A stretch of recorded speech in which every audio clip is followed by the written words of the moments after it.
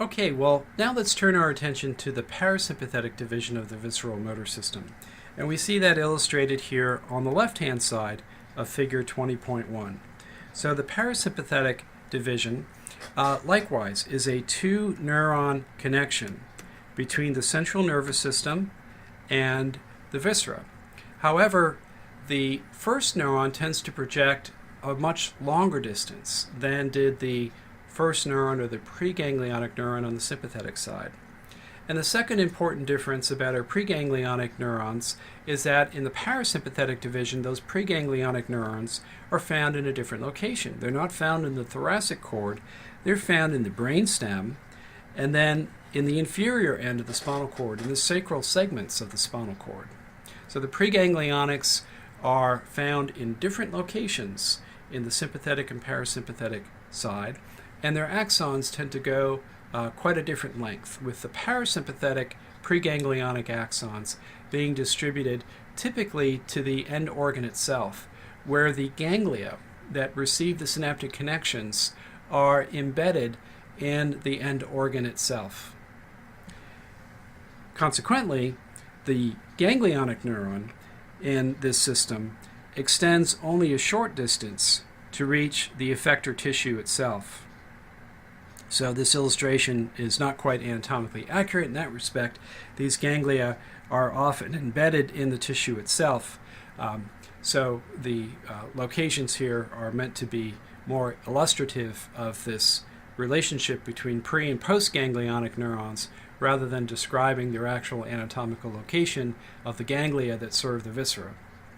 Okay, well, with that said, let me just comment about the neurotransmitters since we're here on this slide, and then we'll move on and see in more detail the locations of these preganglionic neurons. So the neurotransmitter of the preganglionic neuron, like the sympathetic division, is acetylcholine. So these preganglionic parasympathetic axons that supply these targets emanating from the brainstem and from the sacral spinal cord are going to release acetylcholine in their ganglia.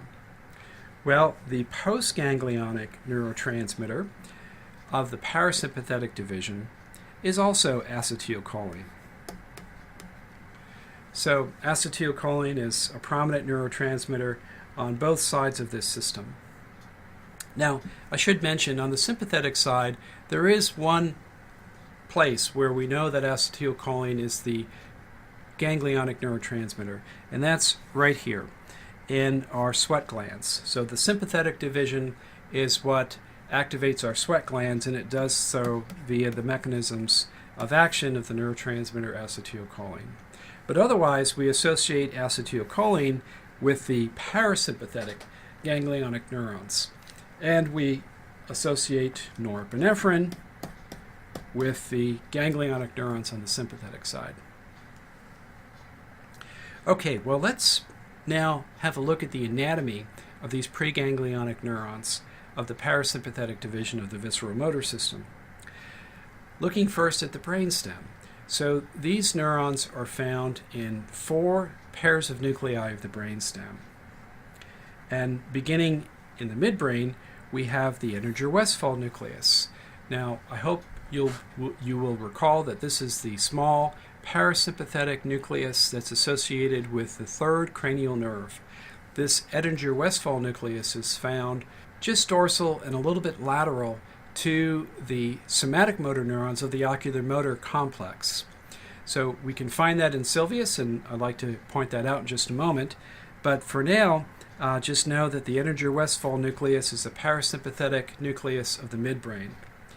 The remaining parasympathetic nuclei of the brainstem are found in the caudal pons and in the medulla. So in the caudal pons, we have a set of nuclei that we call the salivatory nuclei. So these nuclei provide for parasympathetic outflow to our tear glands and our saliva glands. Now, just at the junction of the caudal pons and then down into the upper part of the medulla, we have our dorsal motor nucleus of vagus and the nucleus ambiguus. Now, the dorsal motor nucleus of vagus is a primary source of axons that supply visceral targets via the vagus nerve. One additional contribution to that vagus nerve that is very important in governing the activity of the heart comes from a set of cells that are anatomically associated with the nucleus ambiguus. So the nucleus ambiguus really has at least two distinct populations of neurons. There are the branchial motor neurons that supply the muscles of the larynx and the pharynx, and then there are these parasympathetic preganglionic neurons that are involved in slowing the heart. Okay, so these are the four major sources of parasympathetic preganglionic neurons in the brainstem, and here they are in cross sections. So here's our Edinger-Westphal nucleus up in the midbrain. Somewhere in this location, we don't need to attempt to find it precisely, are the salivatory nuclei. My colleague Nell Kant, who helped me write these tutorial notes for you, often notes that there are very few people in the world who know where to find these salivatory nuclei in the caudal pons in the upper medulla. Well, a little bit more prominently and a little bit easier to find is the dorsal motor nucleus of vagus and the nucleus ambiguus, which are found in the upper part of the medulla. So here we are in Sylvius, and let's just find these structures. So if we look at the midbrain section, what you'll see if we follow back the nerve roots of the oculomotor nerve is our oculomotor nucleus. So this is the source of the somatic motor outflow that governs those striated muscles that we have in the orbit, and a levator muscle that opens our eyelids. But just on the dorsal aspect of this oculomotor complex is where we find our Edinger-Westphal nucleus. So again, this nucleus gives rise to parasympathetic preganglionic axons that have their cell bodies here, and then they grow their axon out through the third nerve to constrict the iris in the eye. All right, so next let's jump into the caudal part of the pons. And somewhere in this tegmentum, in the core of the brainstem, is where we would find our salivatory nuclei. So we don't identify them in Sylvius. I don't happen to be among the small number of people in the world that know precisely where to look for these neurons. I suspect I could find them if we were looking at a Nissl stain, but in a myelin stain, there just aren't enough cells to produce a distinct cluster of gray matter that we could recognize in a myelin stain here. So I won't attempt to point out where those salivatory nuclei are.